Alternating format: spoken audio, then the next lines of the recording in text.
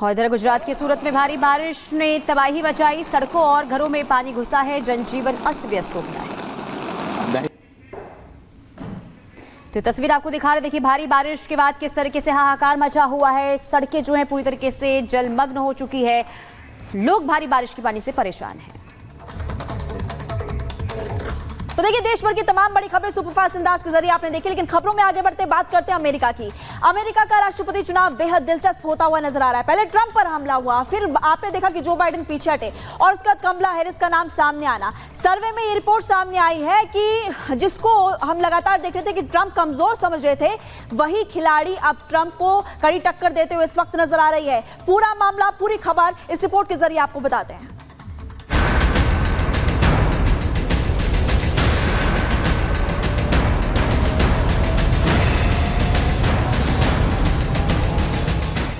जिस राष्ट्रपति चुनाव को रिपब्लिकन पार्टी के कैंडिडेट डोनाल्ड ट्रंप अपने पक्ष में मान रहे थे, जिसे ट्रंप चुनौती ही नहीं मान रहे थे, बार बार अपने विरोधी को आसानी से हराने की बात कह रहे थे, उसी डेमोक्रेटिक पार्टी के नई उम्मीदवार कमला हैरिस ने अपने नाम की घोषणा के महज 36 घंटे बाद ही अपने समर्थन में बहुमत जुटा लिया है। कमला हैरिस का बहुमत जुटा लेना इस बात की ओर संकेत दे रहा है कि राष्ट्रपति की रेस ट्रंप के लिए आसान नहीं रहने वाली। कमला हैरिस के सामने सबसे बड़ी चुनौती ट्रंप थी। कमला हैरिस के सामने सबसे बड़ी चुनौती थी रिपब्लिकन पार्टी के सांसदों का समर्थन, जो बाइडेन के हटने के बाद हैरिस के नाम से नाखुश थे, लेकिन अब पार्टी के सांसदों ने हैरिस के नाम का समर्थन कर दिया है। खुद कमला हैरिस ने समर्थन मिलने के बाद सोशल मीडिया प्लेटफॉर्म एक्स पर एक लेटर पोस्ट किया, जिसमें उन्होंने अपने फ्यूचर प्लान के साथ ही डोनाल्ड ट्रंप को हराने की बात कही है। कमला हैरिस का लेटर, ट्रंप को हराने की बात, समर्थन मिलने पर गर्व किया। Who believe that every person in our nation should have the freedom to live safe from the terror of gun violence. Will finally pass red flag laws, universal background checks, and an assault weapons ban. Who believe in reproductive freedom will stop Donald Trump's extreme abortion bans because we trust women to make decisions about their own body and not have their government tell them what to do. Kamala Harris को समर्थन करने वालों में Hillary Clinton, Barack Obama, Charles Schumer, Hakeem Jeffries समेत Democratic party के सांसदों ने नाम पर सहमति दी है। 21 जुलाई को जो बाइडेन ने खुद को राष्ट्रपति की रेस से अलग कर लिया था और कमला हैरिस का नाम आगे बढ़ाया था। एक तरफ उन्हें पार्टी सांसदों का समर्थन मिल चुका है, तो दूसरी तरफ सर्वे में भी हैरिस जीत की ओर बढ़ती नजर आ रही हैं। 15 और 16 जुलाई को हुए सर्वे में दोनों नेता 44% अंकों के साथ बराबरी पर थे।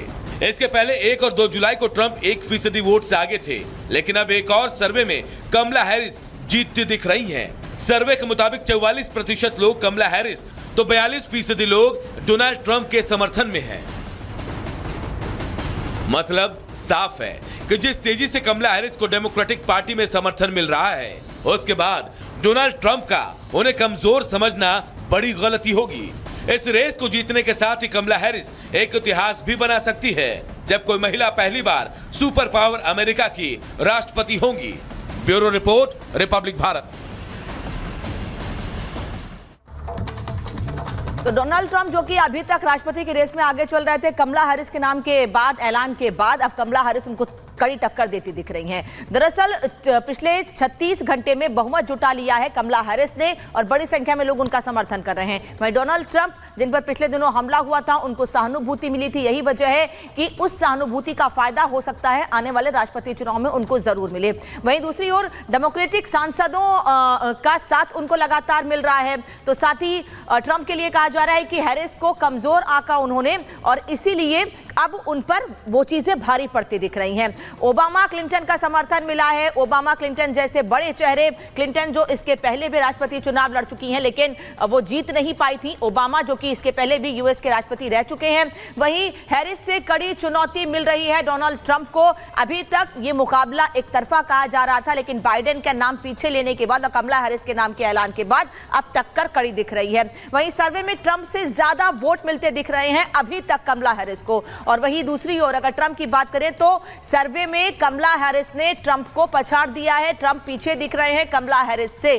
कमला हैरिस जो कि भारतीय मूल की भी हैं और ऐसे में भारत के लोगों की नजरें भी टिकी हुई हैं कि कमला हैरिस अमेरिका की राष्ट्रपति बनती हैं तो एक खुशी की लहर अमेरिका के साथ साथ भारत में भी होगी। हालांकि बड़ी संख्या में डेमोक्रेटिक पार्टी के सांसदों का समर्थन भी कमला हैरिस को मिल रहा है और अब वो ट्रंप से आगे और मजबूती से चुनाव लड़ते हुए दिख रही हैं।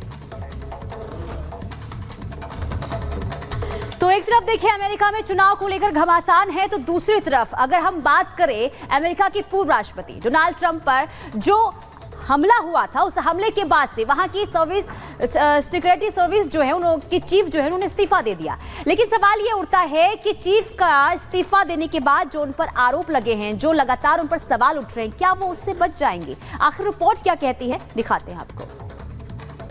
Look what happened.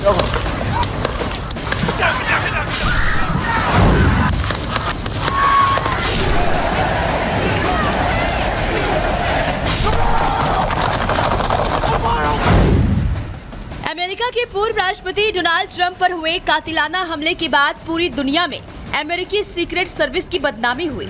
सभी हैरान रह गए कि आखिर इतनी टाइट सिक्योरिटी के बीच कैसे हमलावर पूर्व राष्ट्रपति डोनाल्ड ट्रंप की रैली में घुसा और उन पर घातक हथियार से गोली चलाने में कामयाब हुआ। इस हमले ने एक तरफ अमेरिकी सीक्रेट सर्विस की पोल खोलकर रख दी और अब उसी घटना की जिम्मेदारी लेते हुए अमेरिकी सीक्रेट सर्विस की डायरेक्टर किम्बर्ले चीटल ने इस्तीफा दे दिया है।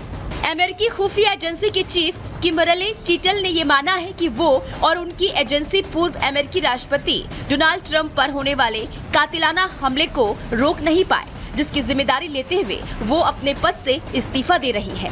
लेकिन आपको बता दें कि वो इस्तीफे के बाद भी इस मामले से बेदाग नहीं निकल पाएंगी। इसे लेकर आशंका तेज है क्योंकि 13 जुलाई को ट्रंप पर पेंसिल्वेनिया की जिस रैली में जानलेवा हमला हुआ उसके बाद चीटल की संसद की कमेटी के सामने पेशी हुई थी, लेकिन उन्होंने कमेटी को कोई ऐसी जानकारी देने से इनकार कर दिया था जिसका सीधा संबंध ट्रंप की सुरक्षा से जुड़ा था, जिसे लेकर उनके ऊपर कानूनी कार्रवाई की तलवार लटकी है। मसलन कमेटी ने उनसे पूछा था ट्रंप की रैली में सिक्योरिटी कहां थी, हमलावर ने जहां से गोली चलाई वहां सुरक्षा की जिम्मेदारी किसकी थी, जिस वेयर हाउस की छत से गोली चली वहां सीक्रेट सर्विस के एजेंट क्यों नहीं थे।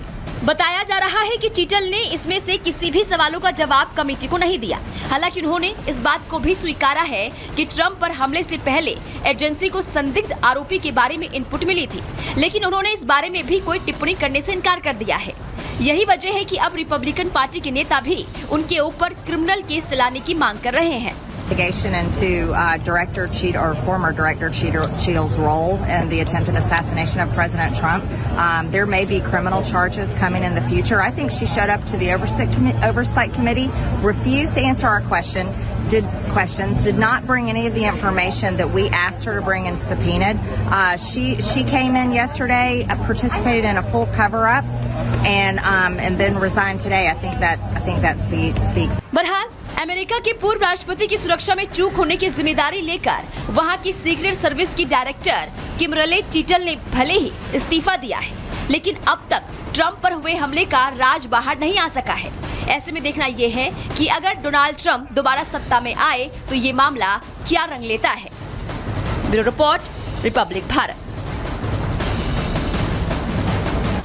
और चलिए बात कर लेते हैं पाकिस्तान की, क्योंकि पाकिस्तान की नापाक ख्वाहिशों को एक बार फिर से बड़ा झटका लगा है। झटका पीओके को लेकर लगा है। दरअसल आप बखूबी जानते हैं कि पाकिस्तान हमेशा से अफगानिस्तान में जो तालिबान है उसको सपोर्ट करते आया है और वहीं पर अब देखना होगा कि तालिबान की तरफ से क्या फैसला किया गया है, क्या ऐलान, क्या बात कही गई है तालिबान की तरफ से, जिसको लेकर के पाकिस्तान को एक बड़ा झटका लगा है। पीओके से रिलेटेड एक खबर है, इस रिपोर्ट के जरिए आपको पूरा मामला समझाते हैं।